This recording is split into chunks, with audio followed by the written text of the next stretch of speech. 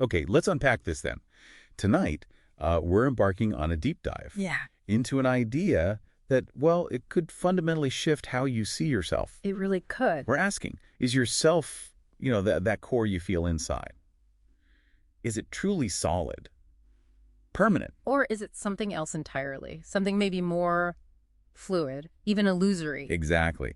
And our sources tonight, they range pretty widely. We've got ancient philosophy, both East and West. Right up to modern neuroscience. Oh. And they all seem to present this really provocative challenge, don't they? They really do. A challenge to what feels like such a fundamental belief. What's so fascinating, I think, is how these thinkers, separated by centuries, by continents, they often converge on this very Well, notion. it's uncanny sometimes. It is. So the mission for us today really is to explore these converging insights I understand what they're suggesting about the self, yeah. and, maybe more importantly, what it means for you if this thing we call self isn't quite what we've always assumed. Right, because it changes things. It really does. There's this one source, it puts it so starkly, it asks you, basically, you think you are real, solid, permanent, authentic. But what if I tell you that you are a shadow, a mask, a story someone else wrote? Wow, that certainly grabs your attention. It does, doesn't it? It's a compelling place to start. Absolutely, it makes you pause. Because like you said, for most of us, this idea of a fixed, unique self, it feels so real, so basic. Foundational almost. Yeah, foundational. We've been, well, almost conditioned to worship it, haven't we? To market it, protect it. Define ourselves by it. Right, but this deep dive suggests that this very self we cherish, it's actually, in some ways, a surprisingly recent idea, at least in its current sort of sacred form. That's a good point. If you look, say, westward to the Enlightenment, you have David Hume back in the 18th century. He was already poking holes in this. He really was ahead of his time on this. He argued the self wasn't some solid thing you could pin down. He saw it more like a bundle of perception. A bundle, Meaning just a constant flow, a stream of images, memories, feelings, desires, always shifting. like a river, maybe, not a rock. Exactly like a river. That's a perfect analogy. Always changing, never the same twice. Hume said he could never actually catch himself without a perception. So the I was just the perception happening at that moment. Kind of. He called the I useful fiction, necessary, for getting by in the world, but not some ultimate fixed reality. Okay, so that's the Western perspective, or one key one. What about the East? Well, what's truly striking, as you hinted earlier, is the parallel. Thousands of years ago, Buddhism developed its Anat-man doctrine, no self. Anat-man, no self. That sounds quite radical. It does. It teaches that you aren't a single entity, but more like aggregates, temporary collections. Collections of what? Things like your physical form, your sensations, perceptions, your mental habits, consciousness itself, all seen as impermanent and interdependent, constantly arising and passing away. So, again, it's about flux, change. Precisely.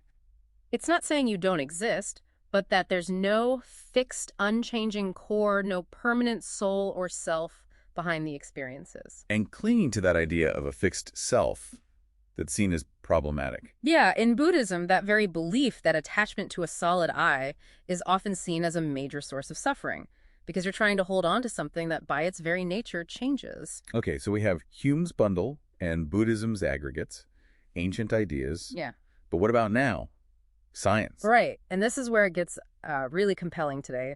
Modern neuroscience. It's actually echoing these ancient insights in a fascinating way. How so? Brain scans and things. Pretty much. Right. Studies looking for the self in the brain. Well, they haven't found a single spot. There's no self-center, no little homunculus pulling the levers. No me button. No me button. Instead, what we call identity seems to be an emergent property. It arises from the complex interplay of many different neural networks, all working together. Like an orchestra playing a symphony, maybe? Not just one instrument. That's a great way to put it. A symphony constantly composing itself, influenced by every new input, every experience. So your identity really is fluid. It's constantly adapting, evolving. So if the science and the philosophies line up, suggesting this self is a construct, a process, a river, what does that actually mean for us? Is it depressing, like we're not real? It might sound that way at first, but actually most of these traditions, and even how neuroscientists frame it, it's seen as the opposite. It's liberating. Liberating. How? Well, think about it. If the self isn't fixed, then you're not stuck being who you think you are right now. Nietzsche talked about self-overcoming. Self-overcoming, transcending your limits. Exactly.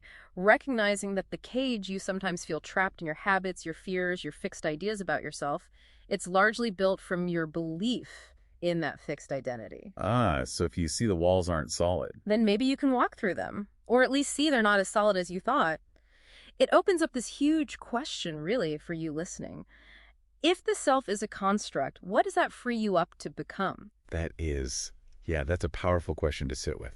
Okay, so maybe a practical step, something to try. Definitely. We invite you, maybe just for 1 week, to put this to a gentle test. Observe yourself. Each morning, perhaps just take a moment, ask, who am I really, apart from my job title, my memories, my opinions today, my feelings right now? Notice what comes up. Exactly. Maybe jot down some beliefs you hold about yourself, things you assume are fundamentally you, and just gently question them. Don't fight them, just observe. And notice any discomfort. Yes. That discomfort, that's often the cage rattling, right? The habitual sense of self pushing back. It's data. Okay, observe the self, question the assumptions. And see what happens. Because, as one of our sources concludes quite profoundly, you were never someone to defend, only something to unlearn. Wow. Only something to unlearn. Yeah. And it leaves us with this thought. You were never real to begin with, so you could become more than anyone ever thought possible. Walk lightly, shed every mask that doesn't burn.